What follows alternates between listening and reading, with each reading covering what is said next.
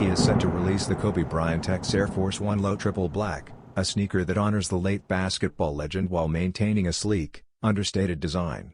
Unlike performance-focused shoes, this pair sticks to lifestyle aesthetics, with a faux snakeskin upper symbolizing Bryant's Black Mamba nickname.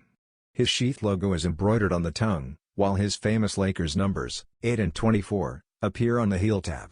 Part of a four-colorway tribute pack including white, purple, and cargo khaki versions, this all-black edition emphasizes subtlety, avoiding flashy details yet reinforcing Kobe's legacy. Designed for casual wear, the shoe balances collectability and versatility, making it appealing to both fans and sneaker enthusiasts.